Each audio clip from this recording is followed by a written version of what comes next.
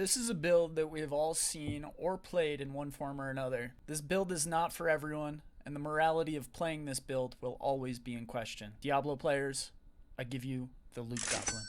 The Loot Goblin finally decides to hop back on 2 months after ladder reset. They will typically join a normal rush game while stating loud for all to hear, "This is my first character on ladder.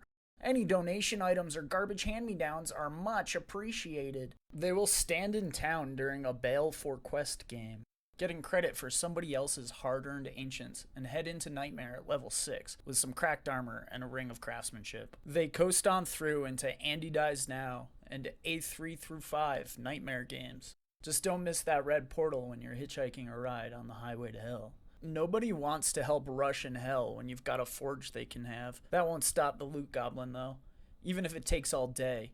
They will join games act by act just to creep along until they find themselves at level 13 and in your Chaos Run. Did somebody say Chaos Run at level 13? Well, would you look at that? Find item is a level 12 skill. At this point, they will acquire a horde of garbage tier loot by frequenting free item games, always holding down Alt and clicking like their life depends on it whenever gear starts to drop. The Loot Goblin is a selfish creature with only one thing on its mind: loot. It also happens to be incredibly underleveled and undergeared, so the Loot Goblin will need some things to stay alive. Faster run walk gear, as much as you can find.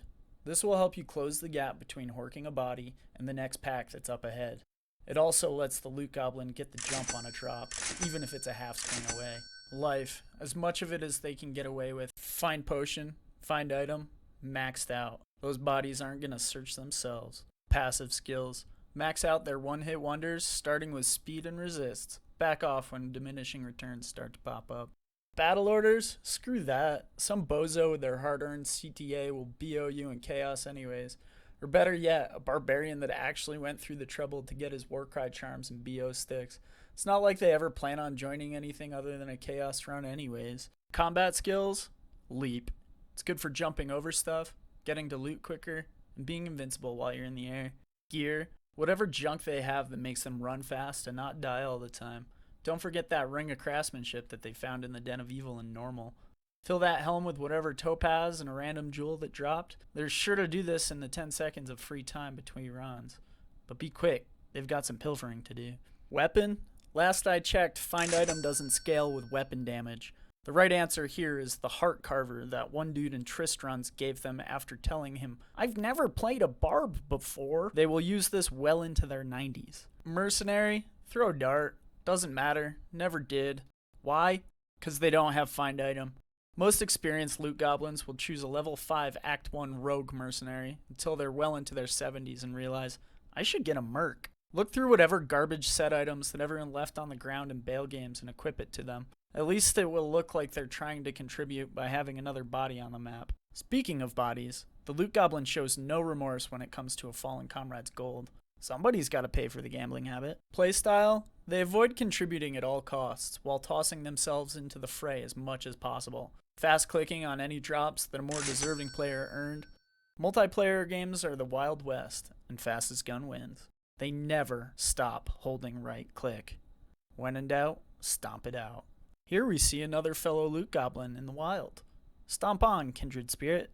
Charms. An empty inventory outside of their pity torch and Annie, donated by whoever rushed them in Nightmare.